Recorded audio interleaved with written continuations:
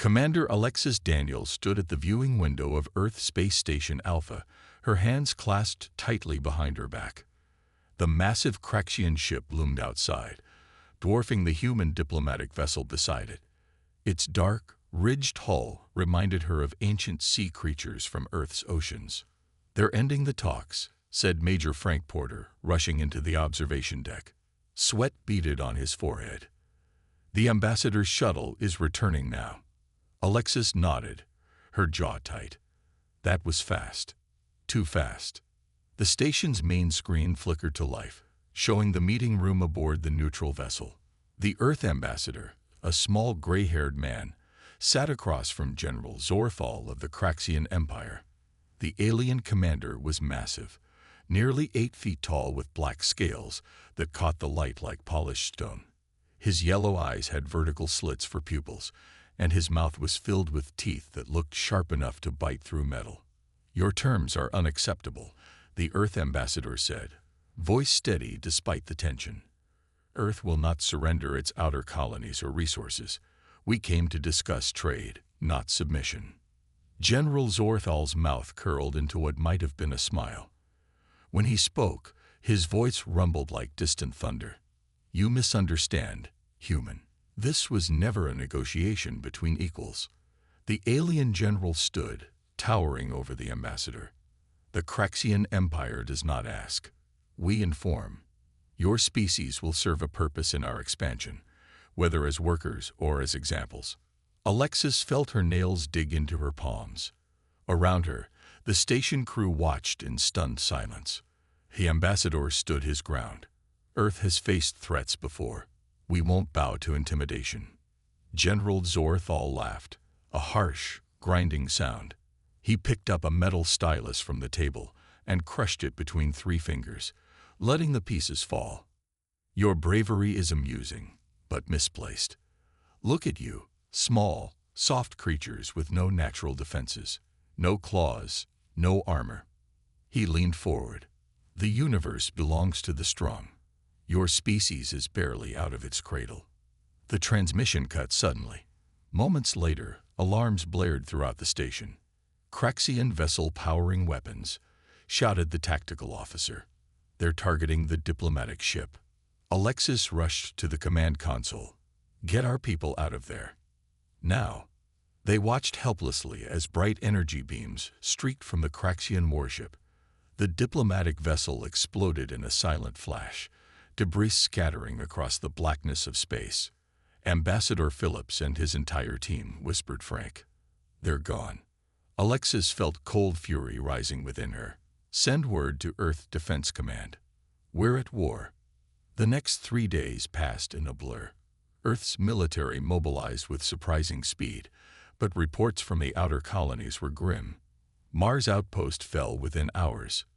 The Jupiter mining stations went dark one by one. In the underground war room beneath Denver, Alexis received her orders directly from the Defense Council. "Commander Daniels," said Admiral Wright, sliding a tablet across the table. "We need intelligence on their capabilities. Their technology outmatches ours, but every species has weaknesses." Alexis reviewed the mission parameters. "A stealth insertion. With all due respect, Admiral, they've detected every ship we've sent near their positions." "That's why we're not sending a ship," replied the Admiral. "We've modified a captured Craxian scout vessel. Just enough room for your team." She looked at the roster of names, 6 of Earth's best special operators. Her eyes paused on one, Lieutenant Keith Reynolds. "Reynolds is young," she said. "He's also the best pilot for this mission, and he speaks some Craxian." Picked it up, monitoring their communications. Alexis nodded. "When do we leave?" 2200 hours. "The Craxians think humans are weak, Commander. Go show them how wrong they are." As she left the war room, Alexis thought about General Zorthal's mocking laughter. Soon, she promised herself, that laughter would stop. General Zorthal strode through the gleaming halls of his flagship, the War Fist. Officers and warriors bowed as he passed. On the bridge, a large holographic map showed Earth and its colonies, with red markers indicating Craxian victories. "The assault on the lunar base begins tomorrow," said Commander Vex, his second-in-command. "Earth forces are retreating on all fronts." Zorthal rumbled with satisfaction. "Show me the human captives from the Mars outpost." The hologram shifted to display footage of human soldiers being marched into holding cells. They looked small and fragile next to the Craxian guards. "Pathetic," Zorthal said, his scaled lips curling. "Their strongest fighters are weaker than our youngest recruits." He turned to his war council. "These creatures evolved on a world of plenty, never developing the strength or resolve that comes from true struggle." The council members nodded in agreement, their ornate armor clicking as they moved. "We will take their planet within the month," Zorthal continued. "Their soft bodies cannot endure our weapons. Their minds cannot grasp our strategies. The galaxy will watch as we make an example of them." Commander Vex approached with a datapad. "General, our scouts report unusual activity near the asteroid belt. A small ship with an unusual energy signature." Zorthal waved dismissively. "Probably miners fleeing the war. Not worth our attention." Lieutenant Keith Reynolds guided the stolen Craxian scout ship through the debris field. The vessel was cramped for humans, with low ceilings forcing them to hunch. Beside him, Commander Daniel studied the enemy ship patterns on the tactical display. "We're approaching Mars," Keith said quietly. "Their main base is on the far side. If we time this right, we can slip past their patrols during the solar interference." Alexis nodded. "The team is ready. We have 40 minutes on the ground. Download their battle plans, map their base layout, and get out." Keith glanced at her. "And if we're spotted? Then we make sure the data gets back to Earth, whatever it takes." They landed in a dried-up canal 3 miles from the Craxian base. The team moved silently across the red landscape, their adaptive camouflage blending with the Martian soil. Earth's lower gravity gave the Craxians an advantage here, but the humans had trained for this. At the perimeter, they split into 3 teams. Keith and Alexis headed for the command center, while the others targeted the power station and weapons depot. "Security is lighter than expected," whispered Alexis as they slipped past sleeping guards. "They're overconfident." Inside the base, they found Craxians gathered around view screens, watching Earth news broadcasts with amusement. The aliens laughed at human leaders calling for resistance. "Look at them shake with fear," one Craxian soldier said. "Their voices tremble when they speak of us." Keith's hand tightened on his weapon, but Alexis touched his arm. "Focus on the mission," she reminded him. They reached the data hub unchallenged. While Keith stood guard, Alexis connected their quantum drive to the Craxian system. Files began transferring immediately. "They're not even encrypting their battle plans," she said in disbelief. Keith checked his tactical display. "The others are in position. 12 minutes until extraction." Suddenly, a transmission appeared on the Craxian screens. General Zorthal's massive face filled the display. "Warriors of the Empire," he announced. "Tomorrow we strike Earth's moon. Their last major outpost will fall, and then we march on their homeworld. These humans think they can resist us, but they have never faced the might of a truly superior species." Keith recorded the transmission, while Alexis downloaded the last files. "Time to go," she said. "We have what we need." As they retreated through the base, alarm klaxons suddenly blared. "Intruder alert. Sector 3. "That's not us," Keith said, checking his team tracker. "It's Clara and Ben. They've been spotted at the weapons depot." Alexis made a quick decision. "New plan. We create a diversion, get to the ship and prepare for immediate departure." Keith nodded. "See you in 10 minutes." As they separated, neither noticed the small drone following them, transmitting their images directly to the Warfist. 3 months into the war, General Zorthal paced the bridge of the Warfist, his claws clicking against the metal floor. The holographic map before him showed less red than expected. Earth forces had lost ground, yes, but not as quickly as planned. "Explain this," he growled, pointing to a flashing sector near Jupiter. "Our outpost there went dark yesterday." Commander Vex stepped forward nervously. "Humans attacked with modified mining ships, General. They used the planet's radiation belts to hide their approach." Zorthal slammed his fist into a console. "Mining ships against a Craxian battle station.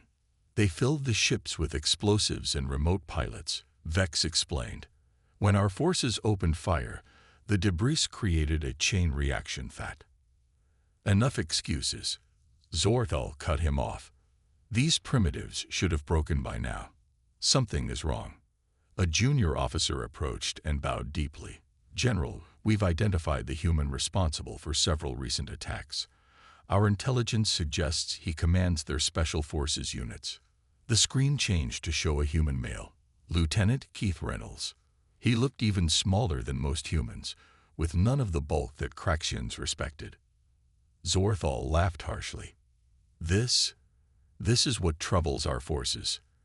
The officer continued. "He led the raid on our Mars base. The stolen data helped them target our supply lines. And yesterday, he captured one of our scout ships intact." Zorthal studied the image more carefully. "I want him brought to me, alive. I need to understand how these weaklings resist us." On the lunar base, Commander Alexis Daniels met with her team in the underground bunker. Maps and tactical displays covered the walls, showing Earth forces in blue and Craxian positions in red. "The Jupiter operation worked," she told them. "We've bought Earth another month to prepare defenses." Keith Reynolds entered the room, looking tired but determined. "The scout ship is secure. Our engineers are studying its weapons and communication systems now." Alexis nodded. "Good work. What about the prisoners?" "They're talking. Turns out Craxians can't handle cold temperatures well.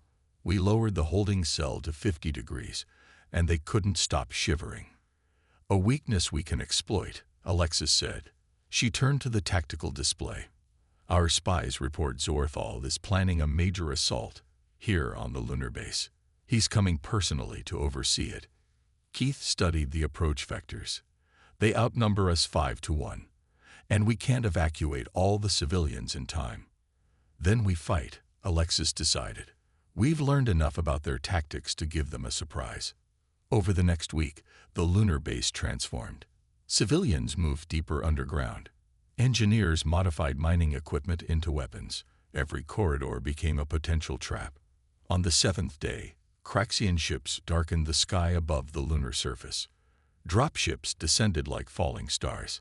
"They're coming in just as we predicted," said Keith, watching from the command center. "Right into our killing zone."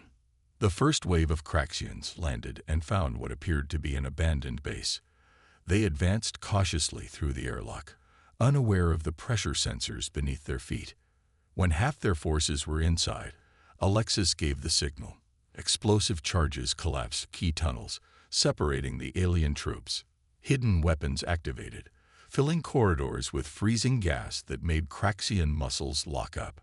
"Second phase," ordered Alexis, and the human forces emerged from hidden compartments, attacking the confused aliens. From his command ship, General Zorthal watched in growing rage as his first assault team went silent. "Send in everything," he roared. "I will crush this base myself." More dropships descended. Among the defenders, Keith organized the final line of resistance. "Commander," he said to Alexis over the comm, "they're targeting the civilian shelters now. I'm redirecting them."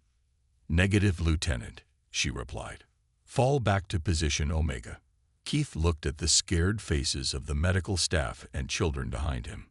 "With respect, Commander, I can buy them time. Make sure the data gets to Earth." Before she could argue, he switched off his comm and turned to his small squad. "Let's show these lizards what humans can do." Keith Reynolds crouched behind a fallen support beam as Craxian soldiers stomped past. His squad had led the aliens away from the civilian shelters, deeper into the maintenance tunnels of the lunar base. Now only Keith remained. 2 minutes until the charges blow, he whispered to himself, checking the small detonator in his hand. The explosives would seal off this section, giving the evacuees time to reach the escape shuttles. Heavy footsteps approached from behind. Keith turned, weapon raised, but too late. A massive scaled hand knocked the gun away. Another grabbed him by the throat and lifted him off the ground. "Small creature," growled the Craxian warrior, "your tricks end here." Keith struggled, kicking at the alien's armored chest. The Craxian squeezed tighter, then suddenly released as a command barked through its helmet. "Bring that one alive," came a deep voice. "The general wants him." Darkness took Keith as something hard struck the back of his head. He woke strapped to a metal table, bright lights shining in his eyes. His combat suit had been removed, leaving him in his thin underclothes. The room was uncomfortably hot, perfect for Craxian comfort, but making him sweat heavily. A door hissed open. Heavy footsteps approached, and then a massive figure blocked the light. "So this is the human who has caused so much trouble," said General Zorthal, leaning down to examine Keith. "I expected someone larger." Keith said nothing, focusing on controlling his breathing. His head throbbed from the blow. "Your lunar base has fallen," continued the general, circling the table. "Most of your people escaped, but it doesn't matter. We will find them." Still Keith remained silent, running through his training in his mind. Name, rank, nothing more. The general clicked his claws together, a sound like knives sharpening. "Lieutenant Keith Reynolds, you led the raid on Mars. You stole our scout ship. You killed 43 of my warriors." "Reynolds, Keith, Lieutenant, Earth Defense Force," Keith replied, his voice steady despite his dry throat. Zorthal laughed, the sound echoing off the metal walls. "Your species amuses me, so fragile, yet so defiant." He pressed a claw against Keith's arm, just hard enough to break the skin. A small line of blood welled up. "Your bodies tear so easily." Keith kept his face neutral, though pain shot through his arm. "Tell me about Earth's defenses," Zorthal demanded. "Reynolds, Keith, Lieutenant, Earth Defense Force." The general's yellow eyes narrowed. "We are not like you soft creatures. We do not have your restrictions regarding prisoners." A panel opened in the wall, and a Craxian medical officer entered with a tray of instruments. "You will talk, human," Zorthal said. "Everyone does, eventually." Commander Alexis Daniel stood in the war room of Earth's main base beneath the Pacific Ocean. Admiral Wright and the other commanders looked grim as she finished her report. "The lunar base is lost, but we destroyed most of their landing force. 60% of our personnel and 80% of civilians were evacuated." "And Lieutenant Reynolds?" asked the admiral. Alexis swallowed hard. "Confirmed captured.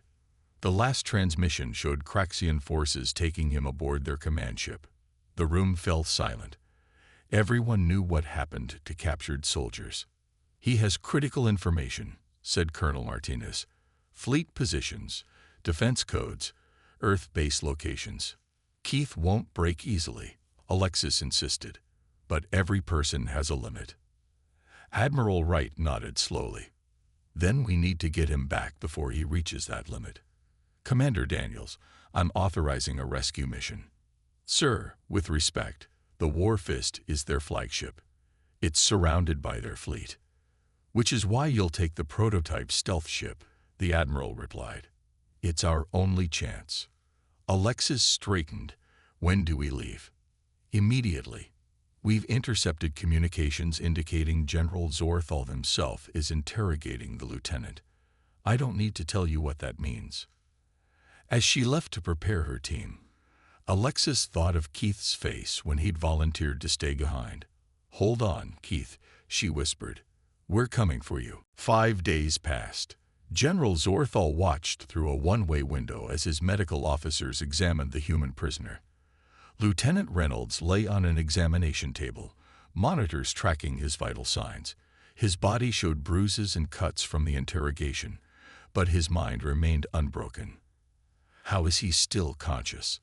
Zorthal asked the chief medical officer. "He has had no sleep, minimal water, and high stress for 5 days. The medical officer, a smaller Craxian with lighter scales, consulted her datapad. It defies explanation, General. By our standards, he should have collapsed after 2 days. Zorthal drummed his claws on the metal wall. What have you learned about human biology? Fascinating findings, General. Their home planet has higher gravity than our world, making their muscles denser than they appear. Their endurance is remarkable. They evolved as pursuit predators, capable of running prey to exhaustion. They don't look like predators, Zorthal said with a snort. Appearances deceive. Their ancestors hunted by chasing animals until they collapsed from heat and exhaustion. No other species on their planet can regulate body temperature through sweating as effectively. Zorthal moved closer to the window, studying the human with new interest. And their psychological resilience. Even more surprising, the medical officer continued. I accessed their historical archives from captured databases. Humans have fought wars against each other continuously throughout their history. Their training techniques draw on thousands of years of combat experience. The general's eyes narrowed. Show me. In the command center, the medical officer displayed images from Earth's military history. Battles across centuries flashed across the screen. Humans fighting in every environment from frozen wastelands to burning deserts. Their world has more climate zones than ours, she explained.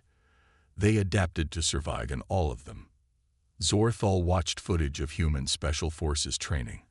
Soldiers crawling through mud, swimming through icy water, enduring days without sleep. They deliberately stressed themselves to build resistance, he said softly. They train to suffer. Yes, General. And Lieutenant Reynolds bears markers of their elite training programs. His pain tolerance has been systematically increased through years of conditioning. Zorthal turned away from the screen. Why was this not in our intelligence reports? We were told humans were soft creatures from a comfortable world. Our initial assessment was based on their civilian population and limited observations. We never studied their warriors closely. The general returned to the observation window. Inside the room, despite his injuries, Lieutenant Reynolds was doing push-ups on the floor. What is he doing? Zorthal demanded. Exercise, replied the medical officer. He does this whenever left alone. It seems to help him manage pain and stay alert.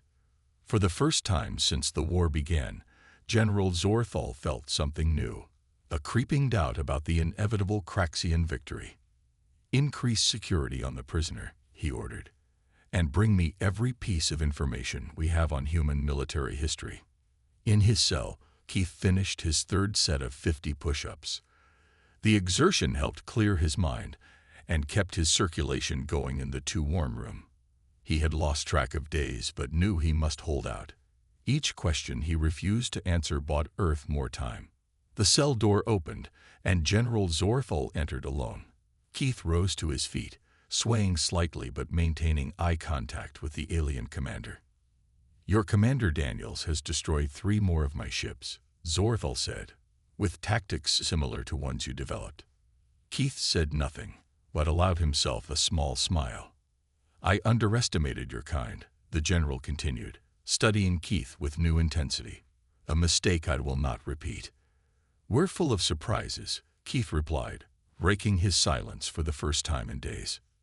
Zorthal stepped closer. Indeed. But the war remains unwinnable for Earth. You must see that. We don't fight because victory is certain, Keith said, his voice hoarse but firm. We fight because we must. As the general left, Keith returned to his exercises. In his mind, he continued planning his escape. The Craxians had made a critical error bringing him aboard their flagship. Now he just needed the right moment to act. Keith pressed his ear against the cell wall, counting the footsteps of the guard patrol. After 2 weeks in captivity, he knew their routines perfectly. The Craxians were creatures of habit, a weakness he could exploit. His body had grown thinner, but his mind remained sharp. During the daily examinations, he had secretly studied the medical equipment, the door mechanisms, and most importantly, the ship's layout displayed on the medical officer's datapad. Today would be his chance. The War Fist had moved closer to Earth for the final assault. If he escaped now, he might warn his people about what he had overheard. The Craxians planned to target Earth's water supplies with a biological weapon. The cell door slid open. 2 guards entered, followed by the medical officer. "The general wants your final examination," she said, scanning him with a handheld device. "Your resilience has been educational." Keith allowed them to secure his wrists in front of him with energy restraints. As they led him down the corridor, he kept his head down, appearing weak and defeated. In the examination room, Keith was left with just the medical officer while the guards waited outside. She turned to prepare her instruments. This was his moment. Keith had discovered something about the energy restraints during previous examinations. They reacted to Craxian body temperature, which ran much hotter than human normal. By regulating his breathing and slowing his heart rate, techniques from his special forces training, he had lowered his body temperature enough to weaken the restraint field. With a sudden movement, he snapped his hands apart, breaking the energy bond. Before the medical officer could react, Keith grabbed a sedative injector from her tray and pressed it against her neck. She collapsed without a sound. Keith quickly accessed her data pad, downloading the ship schematics to his photographic memory. He took her access card and communication device before slipping out through a maintenance panel she had left open during previous examinations.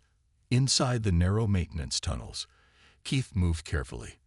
The spaces were designed for Craxian engineered drones, too small for adult Craxians, but perfect for a human.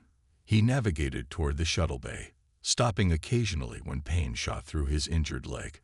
An alarm suddenly blared throughout the ship. They had discovered his absence sooner than expected. "Attention all warriors," came General Zorthal's voice over the communication system. "The human prisoner has escaped. He is to be captured alive. He cannot be allowed to reach the shuttle bay." Keith smiled grimly. The general had just confirmed he was heading in the right direction. After 20 minutes of crawling through hot, narrow passages, Keith reached a junction above the shuttle bay. Below, Craxian warriors stood guard around the small craft. There were too many to fight directly, especially in his weakened state. Then Keith noticed the environmental controls. The Craxians had a weakness: their sensitivity to cold. During his captivity, he had observed how they adjusted room temperatures to maintain their biological comfort. Using the medical officer's access card, Keith overrode the shuttle bay climate controls. Within minutes, the temperature began to drop rapidly. The Craxian warriors grew sluggish, their movements slowing as the cold air affected their reptilian metabolism. When the temperature reached near freezing, Keith dropped from the maintenance tunnel. The shocked guards tried to respond, but their muscles had stiffened in the cold. Keith moved among them like a ghost, his human body better adapted to the temperature change. He was nearly at a shuttle when a massive figure stepped into his path. General Zorthal stood before him, wearing a thermal suit but still affected by the cold. "Impressive, Lieutenant Reynolds," the general said, his breath visible in the chilled air. "But your escape ends here." Keith raised his stolen weapon. "Step aside, General. This ship is about to become very cold." Behind him, the environmental alarm began to sound as the temperature continued to fall. General Zorthal and Keith circled each other in the freezing shuttle bay.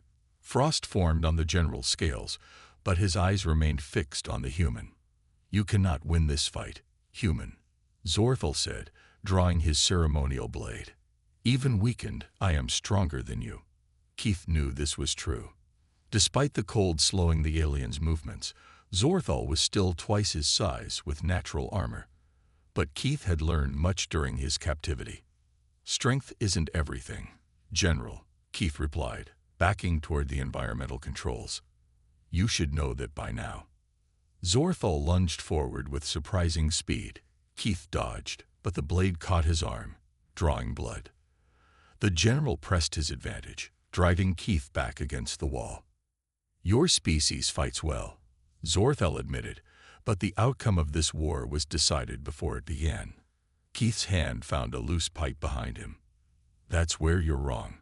Humans don't accept predetermined outcomes. He swung the pipe at the general's head. Zorthal blocked it easily, but the distraction gave Keith enough time to slip away and reach the control panel. He slammed his fist down on the emergency ventilation button, blasting even colder air into the bay. The temperature plummeted further. Zorthal's movements became visibly strained as his cold-blooded biology struggled. Keith, though shivering, maintained better control of his body. "You see, General," Keith said through chattering teeth, "humans evolved to handle temperature changes. Your species never had to." Zorthal growled, his breath coming in visible puffs. "I begin to understand why your kind has survived this long." Before they could clash again, an explosion rocked the ship. Alarms blared as a new voice came over the communication system. "Attention Craxian vessel," said Commander Alexis Daniels. "This is the Earth ship Defiance. We have disabled your engines and weapons. Surrender the war fist." Keith smiled through his pain. "That would be my rescue party." More explosions followed. The ship lurched sideways, throwing both Keith and the general off balance. A nearby bulkhead tore open, and armed figures in Earth combat suits poured through the breach. Alexis led the team, her weapon trained on General Zorthal. "Step away from him," she ordered. The general looked from Alexis to Keith, then back at the Earth soldiers who had somehow penetrated his flagship's defenses. For the first time in his military career, Zorthal considered surrender. "The bioweapon," Keith said urgently to Alexis. "They're planning to poison Earth's water." "The plans are in the general's command center." Alexis nodded to her team. "Secure that data. We're leaving in 10 minutes." As Earth soldiers moved through the ship, Zorthal lowered his weapon. "You have lost this battle, General," Keith said, "but you don't have to lose your honor." "What do you mean, human? Help us stop this war. Your leaders don't understand what they're fighting. You do." Before Zorthal could respond, a transmission came through on all frequencies. On the screens around the shuttle bay appeared the Supreme Commander of the Craxian Empire. "General Zorthal," the Supreme Commander said, "explain how humans have boarded our flagship." Zorthal straightened despite the cold. "Supreme Commander, I have learned much about our enemy. This war will cost us more than we anticipated. The humans err." "I did not ask for excuses," the Supreme Commander interrupted. "I ordered results." Keith watched as something changed in the general's posture. Zorthal turned to face the human soldiers. "Lieutenant Reynolds," he said formally, "I request asylum with Earth forces." The shuttle bay fell silent. Alexis looked at Keith, who nodded slightly. "Request granted," she said. 3 days later, in Earth's underground command center, General Zorthal stood before the combined military leadership. Maps of Craxian fleet positions, provided by the general, filled the screens. "With this information," Admiral Wright said, "we can force them to negotiate." Keith, his wounds bandaged but healing, stood nearby. General Zorthal caught his eye. "I once laughed at the thought of humans being worthy opponents," the general said. "I will not make that mistake again."